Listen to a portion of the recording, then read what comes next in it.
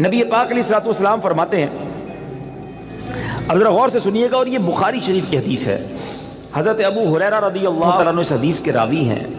نبی پاک علیہ الصلوۃ والسلام نے فرمایا، کسی عورت سے نکاح کے لیے 4 چیزوں کو مد نظر رکھا جاتا ہے۔ نارملی 4 چیزیں یا 4 میں سے کوئی 1-2 چیزیں لوگ دیکھ رہے ہوتے ہیں۔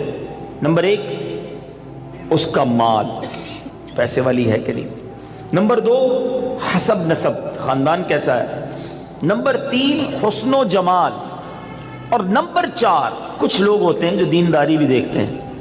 آقا فرماتے ہیں، تمہاری ناک خاک آلود ہو یا تمہارا ہاتھ خاک آلود ہو، تم دیندار عورت کے حصول کی کوشش کرو۔ یعنی دینداری کو فوقیت دینی چاہیے۔ احادیث کا یہ مضمون بھی ملتا ہے کہ جو کسی عورت سے عزت کے لیے شادی کرے وہ ذلیل کر دیا جاتا ہے، کوئی دولت کے لیے شادی کرے وہ غریب اور فقیر کر دیا جائے گا، اور جو دینداری کے لیے شادی کرتا ہے اللہ اسے عروج، برکت اور خوشیاں عطا فرماتا ہے۔ تو موسٹ پریورٹی، پہلی ترجیح کیا ہونی چاہیے؟ یہ ہے تھوڑا سا مشکل، اصل میں یہ باتیں جو ہے نا نوجوانوں کو سمجھ نہیں آتی۔ جو شادی شدہ ہے نا، یہ شکل و صورت جو ہے نا، یہ اس کی اہمیت بعد میں بہت تھوڑی رہ جاتی ہے۔ آج نوجوان اور لڑکے لڑکیاں ایک امیجنیشن میں ضرور ہوتے ہیں کہ چہرہ کیسا ہو، خوبصورتی کیسی ہو، لیکن شادی کے کچھ عرصے کے بعد چہرے کی وہ اہمیت نہیں ہوتی جو اخلاق کی ہوتی ہے، جو کردار کی ہوتی ہے۔ خوبصورتی ہی سب کچھ نہیں ہے زندگی میں، ایک بات، دل خوبصورت ہونا چاہیے، اس کے اندر اخلاق ہونے چاہیے، اور سب سے مین چیز دینداری ہے۔ اب میں یہاں جو بزرگ بیٹھے ہیں ان سے ایک بات کرنا چاہوں گا کہ چلے یہ تو لڑکوں کی خواہش، لڑکیوں کی بات ہو گئی، ماں باپ کی خواہش کیا ہوتی ہے؟ فیملی ممبر سے پوچھیں، کسی بزرگ سے پوچھیں، بھائی آپ کو اپنے بیٹے کی شادی کرنی ہے، بہو کیسی چاہیے؟ تو وہاں بھی یہی ہوگا، خوبصورت ہو، پڑھی لکھی ہو، سمجھدار ہو، گھر گرستی آتی ہو، خاندان بڑا ہو، بس یہ 4-5 چیزیں۔ آج رشتہ ڈھونڈتے وقت دینداری کون چیک کرتا ہے؟ آپ نے کبھی یہ سوچا؟ اب میں ایک بڑی عجیب بات کرنے جا رہا ہوں، علماء نے کتابوں میں یہ بات لکھی ہے کہ علماء فرماتے ہیں کہ اس نوجوان پر اپنی ہونے والی اولاد کا حق ہے جس کی ابھی شادی نہیں ہوئی۔ جی ہاں، جس کی شادی نہیں ہوئی نا، اس کی اپنی اولاد کا ایک حق ابھی سے اس پر ہے، اور وہ حق کیا ہے کہ وہ اپنی ہونے والی اولاد کے لیے اچھی ماں تلاش کرے، کیونکہ ماں ہی پہلی درسگاہ ہے۔ ماں ہی اچھی نہیں ہے، ماں ہی دیندار نہیں ہے، ماں ہی برے کاموں میں ہے، تو اس کی اولاد کی تربیت کیسی ہوگی؟ یعنی آپ نے اپنی ہونے والی اولاد کے ساتھ ظلم کیا اگر آپ نے ان کے لیے اچھی ماں تلاش نہ کی۔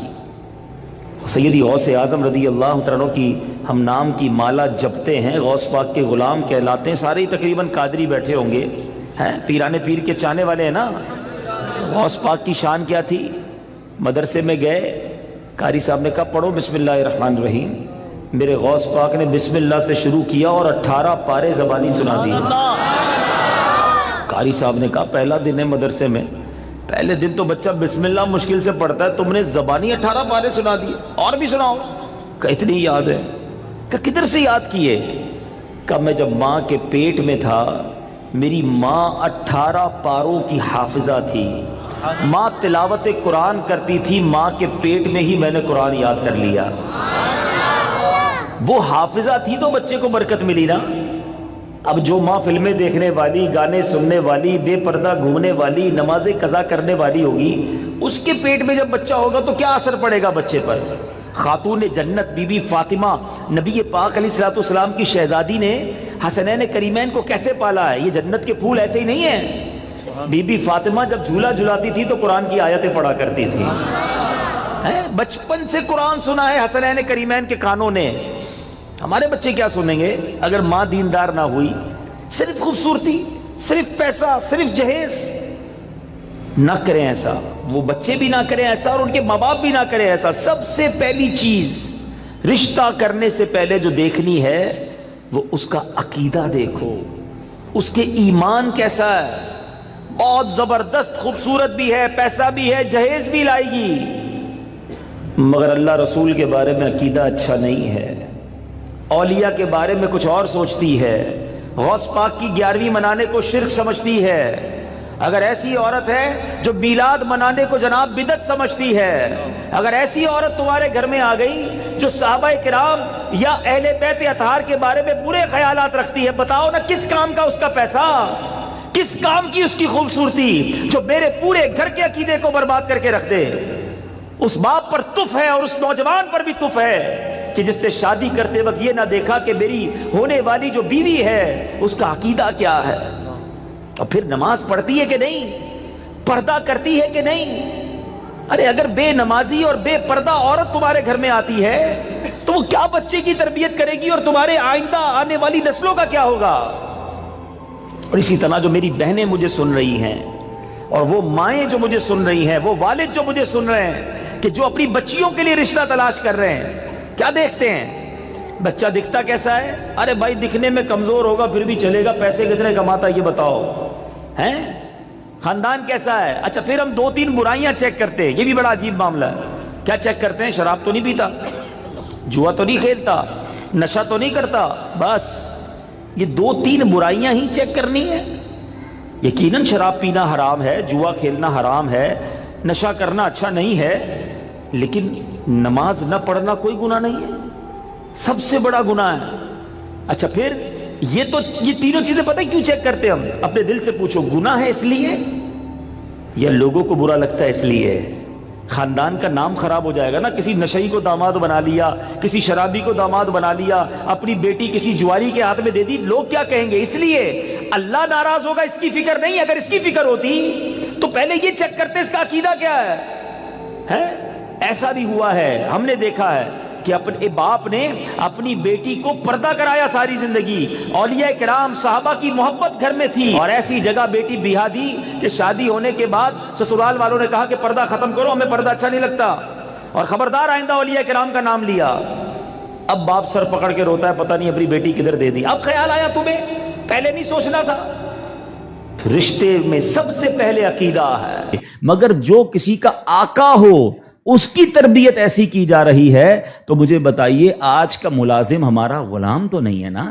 آج تو ہم نے اس سے ایک وقت کا اجارہ کیا ہے کہ جناب آپ 8 گھنٹے کے لیے میرے پاس آئیں گے اور پرٹیکولرلی یہ کام کریں گے، جو کام دیا میں اس سے وہ کام لے سکتا ہوں، نہ میرا وہ زر خرید غلام ہے، شام کو جا کر وہ کچھ بھی کرے اس کا میرا کوئی کانٹریکٹ ہی نہیں ہے۔ مگر اس کے باوجود جو آج ملازمین کے ساتھ سلوک کیا جاتا ہے، غلام کے ساتھ اچھا سلوک کرنے کا اسلام درس دیتا ہے، تو ملازمین کے ساتھ تو اس سے بڑھ کر اچھا سلوک کرنا ہوگا نا، کیونکہ وہ تو غلام بھی نہیں ہے۔ مگر آج غریب ملازمین کے ساتھ جس طرح بعض لوگ بیہیو کرتے ہیں، میں ایسا نہیں کہتا کہ سارے لوگ کرتے ہیں، ماشاءاللہ کچھ ہم نے دیکھا، چاہے وہ فیکٹری اونرز ہوں یا مالکان ہوں کاروبار کے، وہ بچوں جیسا سلوک کرتے ہیں، اور کرنا بھی یہی چاہیے۔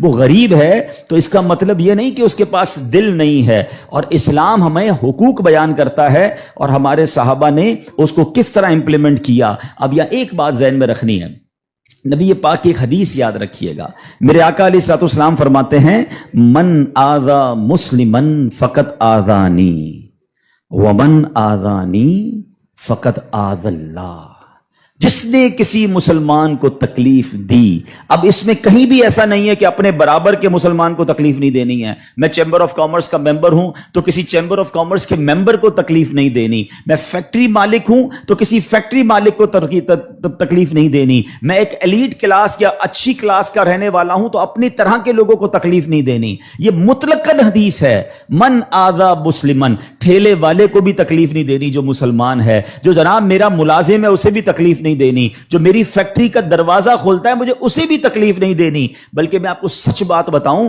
یہ وہ لوگ ہوتے ہیں کہ جن کے ساتھ اچھا سلوک کر کے ہم اپنے رب کو بہت راضی کر سکتے ہیں۔ اب ایک اور واقعہ سنیے، اور سبحان اللہ یہ واقعہ بھی حضرت بلال حبشی ہی سے ریلیٹ کرتا ہے۔ اب آپ ایک اور بات سمجھیے، حضرت بلال حبشی کا بیک گراؤنڈ کیا تھا؟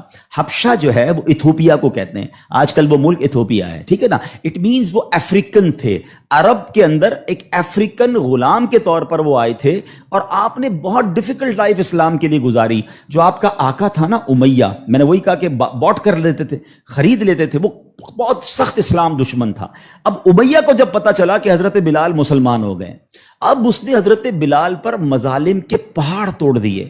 ابھی حیدرآباد میں ہم لوگ موجود ہیں, گرمی کا سیزن ہے, ہم شاید 10 منٹ بھی باہر گرمی میں کھڑے نہ رہ سکیں اس وقت, لیکن مکے کی گرمی, جن کو جو گئے ہیں مکے مدینے میں, حضرت بلال کو تپتی ریت پر وہ لٹاتا تھا. اجر عطا فرمائے حضرت ابو بکر صدیق رضی اللہ تعالیٰ عنہ کو. دیکھیں حضرت ابو بکر صدیق بھی بزنس مین تھے, یہ میرا ٹاپک نہیں ہے, ورنہ ایک بہت خوبصورت یہ بھی ٹاپک ہے کہ ہمارے صحابہ جو بزنس مین تھے انہوں نے کہاں کہاں پیسے خرچ کیے. میں اور آپ بھی کرتے ہیں, but what a right investment they did on that time. حضرت عثمان غنی کی انویسٹمنٹ دیکھیں, آج بھی حضرت عثمان غنی کا وقف مدینے میں جاری ہے, آپ کے علم میں ہوگا. بہرحال حضرت ابو بکر صدیق گئے اور امیہ سے کہا کہ بلال مجھے بیچ دو.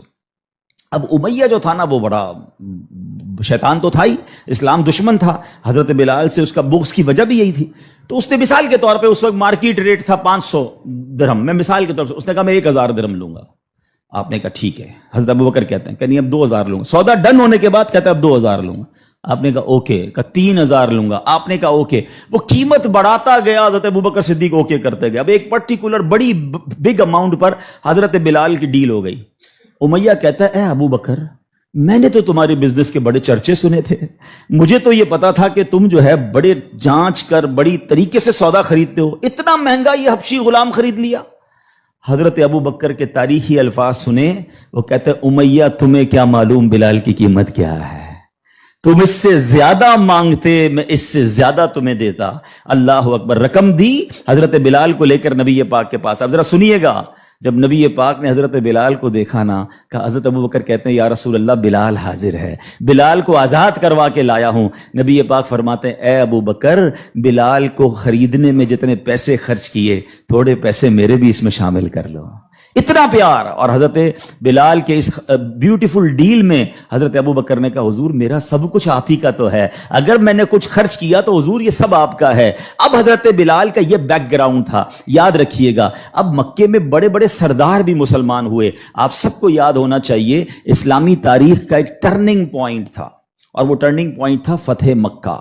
ٹھیک ہے نا, فتح مکہ سے پہلے 10,000 لوگ مسلمان ہوئے. میں تھوڑا سا 1-2 منٹ میں تھوڑا سمرائز کر دوں تاکہ آپ میرے ساتھ اور انوالو بھی ہو جائیں, اور یہ تاریخ پتہ ہونی چاہیے. فتح مکہ ہوتی ہے 10 ہجری میں. 10 ہجری کا مطلب 8 ہجری میں, معاف کیجیے گا, فتح مکہ ہوتی ہے 8 ہجری میں. 8 ہجری کا مطلب ہے کہ نبی پاک علیہ الصلوۃ والسلام نے جو 40 سال کی عمر میں اسٹرگل آف اسلام شروع کی, اس کے 13 سال مکے میں گزارے, 8 سال مدینے میں گزارے. 13 اور 8 کتنے ہو گئے؟ 21 سال. 21 ایئرز میں 10,000 مسلمان ہوئے تھے. سمجھ رہے بات کو؟ اور اب کانکر ہوتا ہے مکہ. جب مکہ فتح ہوا اور تمام مظالم کرنے والے لوگ موجود تھے, سرداران مکہ موجود تھے, اور ان کو پتا تھا آج ہمارے تکہ بوٹی کر دیے جائیں گے, آج ہمارے سر قلم کر دیے جائیں گے, کیونکہ ہم نے تو اتنا ستایا ان کو, مکہ چھوڑ کے مدینے جانا پڑا. مگر اینڈ آف دا ڈے جو نبی پاک کا شاندار فیصلہ تھا کہ آپ نے سب کو معافی کا اعلان فرما دیا, یہاں تک کہ صحابہ کرام کی جن پراپرٹیز پر مکے کے کفار نے قبضہ کر لیا تھا, میرے آقا نے کہا وہ پراپرٹیاں بھی تمہیں ہم واپس نہیں لیں گے, وہ بھی تمہاری ہو گئیں. اس معافی کا فائدہ کیا ہوا یہ سمجھنا بہت ضروری ہے کہ 10,000 مسلمان ہیں 21 سالہ کوشش میں, اور سن 10 ہجری میں آفٹر 2 ایئرز جب میرے آقا فتح مکہ کے بعد حج فرماتے ہیں, جس کو ہم حجۃ الوداع کہتے ہیں, اور خطبہ حج کے موقع پر میدان عرفات میں 1,24,000 صحابہ اکرام ہوتے ہیں. معافی کا فائدہ دیکھ رہے ہیں؟ ہم کہتے ہیں بدلہ لوں گا, دشمنی چلے گی, نسل در نسل چلے گی, مٹا کے رکھ دوں گا, چھوڑوں گا نہیں. لڑائی کر کے دیکھ لو یا معاف کر کے دیکھ لو. ایک معافی نے اسلام کو کہاں پہنچایا؟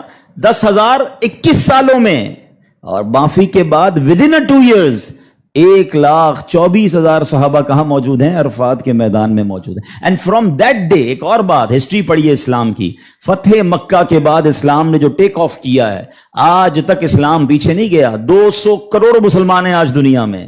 یہ فیضان ہے فتح مکہ کے اس اعلان کا, لا تثریب علیکم اليوم, آج تم سب آزاد ہو, تم سے کوئی سوال نہیں ہوگا. اور اس کے بعد سے اسلام کو جو عروج ملا. لیکن بھائی تربیت کا ٹائم تھا نا, جب یہ فتح مکہ ہو گیا نا, تو پیارے آقا علیہ الصلوۃ والسلام نے اب مکے کی چابی, کعبے کی چابی ملی, اور اب کعبے کی چھت پہ اذان دینی تھی. یعنی ایک طرح سے یہ ایک وکٹری کا اعلان تھا. تو نبی پاک نے کس کو کہا؟ حضرت بلال کو کہا کہ ایک بلال جاؤ اور کعبے کی چھت پہ اذان دو۔ اب جو سرداران مکہ تھے نا، وہ کہتے ہیں یار ہم اتنے بڑے بڑے سردار، اتنی بڑی فیملی سے تعلق رکھنے والے ہیں، اتنا پیسہ ہمارے پاس، اتنے بڑے قبیلے کے سربراہ، اور آج اتنے عظیم موقع پر جو فتح مکہ کے بعد اذان دینے کا موقع، وہ بھی کعبے کی چھت پر، وہ کس کو دیا جا رہا ہے؟ ایک حبشی غلام کو۔ اللہ اکبر! یہ خبر نبی پاک تک پہنچ گئی کہ کچھ لوگ بے چین ہیں، کچھ لوگوں کو یہ برا لگ رہا ہے کہ بلال کو یہ موقع کیوں ملا، ہم بڑے خاندان والے، ہم پیسے والے۔ پیارے آقا علیہ الصلوۃ والسلام نے ان کو بلایا۔ پہلے تو نبی پاک نے سوال کیا کہ کیا آپ لوگ ایسی باتیں کر رہے تھے؟ کہ جی حضور کر رہے تھے۔ اب نبی پاک نے کیا فرمایا؟ نبی پاک کی گفتگو سے پہلے قرآن کی آیت نازل ہوتی ہے، اور رہتی دنیا کے لیے ایک اصول بیان ہو گیا۔ اب یہ اصول مجھے اور آپ کو یاد رکھنا ہے۔ اللہ کریم قرآن میں ارشاد فرماتا انا اکرمکم عند اللہ اتقاکم، فرمایا بے شک اللہ کے یہاں تم میں زیادہ عزت والا وہ ہے جو تم میں زیادہ پرہیزگار ہے۔ یہ وہ فارمولہ ہے جو مجھے یاد رکھنا ہے۔ پیسے والا زیادہ عزت والا نہیں ہے، جناب میں فلاں چیمبر کا صدر تو وزیر نائب صدر تو فلاں علاقے کا ہیڈ تو جناب قومی اسمبلی کا ممبر تو منسٹر یا جناب مل اونر، نہیں، فلاں خاندان میرے سر نیم میں یہ نیم لگتا ہے جس کی وجہ سے میرا بہت بڑا خاندان ہے۔ قرآن نے فیصلہ کر دیا ہے ان اکرمکم عند اللہ اتقاکم، اللہ کے نزدیک عزت والا وہ ہے جو زیادہ پرہیزگار ہے۔ وہ میرا ملازم بھی ہو سکتا ہے، وہ میرا خان سما بھی ہو سکتا ہے، وہ میرا غریب رشتہ دار بھی ہو سکتا ہے، وہ باہر ٹھیلا لگانے والا بھی ہو سکتا ہے، اگر وہ اللہ کی بارگاہ میں پرہیزگار ہے وہ سب سے زیادہ، ہم سب سے زیادہ عزت والا ہے۔ اور یہی اسلام کا حسن ہے۔ اچھا مزے کی بات یہ ہے، ایک طرف تو یہ حسن ہم پریکٹیکلی بھی پریکٹس کرتے ہیں۔ مثال کے طور پہ بعض اوقات آفس میں نماز کا ٹائم ہو گیا اور ہمارے کسی ملازم میں کوئی بادشاہ ہے یا حافظ صاحب ہے یا اچھا تلاوت کرنے والا ہے، ہم اس کو کہتے ہیں حضرت آپ نماز پڑھا دیں۔ بالکل اچھی بات، یہ تو اعلان ہے نا کہ بھائی آپ سیٹ ہیں، آپ پیچھے ہیں، اور امامت کون کر رہا ہے؟ ایک نارمل سا انسان ہے، لیکن وہ عبادت گزار ہے، اس کو قرآن آتا ہے، مگر صرف نماز کی حد تک۔ امام صاحب نے نماز پڑھا دی، پھر جا کر اس سے وہی انداز اختیار کرنا ہے جو عام ملازمین سے کرنا ہے؟ نہیں، یہ فارمولہ ہمیں اسلام سکھا رہا ہے۔ تو یہاں میرا جو آج ٹاپک ہے کہ سیٹ اور ملازم میں فرق، یہ ہمیں نہیں کرنا ہے۔ ٹھیک ہے، کاروبار ہے، آپ اس سے کام لیں، آپ اس سے اجرت پر کام لے رہے ہیں، مگر آپ نے اس سے خریدا نہیں ہے، اور اگر خرید بھی لیا ہے تو اس کے اوپر زیادتی کی اجازت نہیں ہے۔ مگر آج چونکہ غریب لوگ ہیں، بیچاروں کو جاب ملتی نہیں، تو جو منہ میں آیا کہہ دیتے ہیں، جس طرح ڈانٹنا ہے ڈانٹ دیتے ہیں، اور بعض اوقات تو گالیاں نکالتے ہیں۔ مجھے یاد ہے ایک صاحب مجھے ملے اور مجھے جو ہے وہ میں نے پوچھا، ایسے تھوڑا سا کلوز تھے کہ یار آپ کی سیلری کتنی ہے؟ اب یہ تھوڑی چند سالوں پرانی بات ہے۔ He is not that much professional, normal سا انسان تھا، منشی ٹائپ کے جیسے ہوتے ہیں نا۔ تو کہتے 80,000 تنخواہ ہے۔ میں نے کہا ماشاءاللہ تنخواہ تو اچھی ہے۔ تو کہتے ہیں 40,000 کام کے ہیں، 40,000 گالیوں کے ہیں۔ تو میں حیران ہو گیا، کہتا صبح سے شام گالیاں سنتا ہوں بھی بھائی، کیا کروں، غریب آدمی ہوں، پیسے اچھے ملتے ہیں اس لیے چھوڑ نہیں سکتا۔ اب میں نے سوچا کہ وہ جو مالک ہے، وہ جو سیٹ ہے، وہ قیامت کے دن کیا جواب دے گا؟ کیا پیسے دے کر گالی دینے کی تمہیں اجازت مل گئی ہے؟ کیا ذلیل کرنے کی اجازت مل گئی؟ ایسا نہ کریں پلیز۔ ہمارا اسلام ہمیں بہت خوبصورت مساوات کا درس دیتا ہے، اور غریب لوگ تو زیادہ ڈیزرو کرتے ہیں انہیں پیار کرنے کا۔ نبی پاک علیہ الصلوۃ والسلام کو، اب میرے آقا کا انداز دیکھیے گا، صحابہ بھی تو غریب تھے نا۔ اب صحابہ میں ایک بہت بڑی تعداد تھی جو اصحاب صفہ کے تھے۔ اصحاب صفہ آپ گئے ہوں گے مدینہ شریف، اللہ بار بار ہم سب کو حاضری عطا فرمائے۔ وہاں ایک بینچ، ایک چبوترا بنا ہوا ہے۔ یہ جو اصحاب صفہ تھے نا، یاد رکھیے گا، یہ اپروکسیمیٹلی 70 کے قریب ہوتے تھے، ان کی تعداد پلس مائنس ہوتی تھی۔ ان میں بہت بڑا نام حضرت ابو ہریرہ رضی اللہ تعالیٰ عنہ کا بھی ہے۔ یہ صحابہ اتنے غریب تھے کہ ان کے پاس گھر نہیں ہوتا تھا، ان کے پاس پہننے کے لیے پورے کپڑے بھی نہیں ہوتے تھے، ایک لباس، ایک چادر پہن کے بعض اوقات بیٹھے ہوتے، مگر شوق کیا تھا کہ علم دین سیکھنا ہے، نبی پاک علیہ الصلوۃ والسلام سے تربیت لینی ہے۔ تو کھانا بھی پیارے آقا انہیں بھجوا دیتے، اور نبی پاک ان کے ساتھ رہتے تھے۔ اب ذرا یاد رکھیے گا، صحابہ کرام کچھ تھے جو مزدوری کا کام کرتے تھے۔ ہمارے ساتھ بھی کبھی کبھی ہوتا ہے کہ یار کوئی محنت مزدوری والا آئے تو اس کے کپڑوں سے اسمیل آتی ہے، کپڑے پرانے ہوتے ہیں، بدبو آ رہی ہوتی ہے، ہم اس سے دور ہو جاتے ہیں۔ اب کیا ہوا کہ نبی پاک علیہ الصلوۃ والسلام کے پاس کچھ ایسے لوگ آ کر بیٹھنا شروع ہوئے جب پیارے آقا اللہ کا ذکر کر رہے ہوتے تھے کہ بال بکھرے ہوتے تھے، پہننے کے لیے کپڑا ہوتا تھا اور ان کی اسمیل بھی آتی تھی، کپڑوں سے مہک بھی آتی تھی.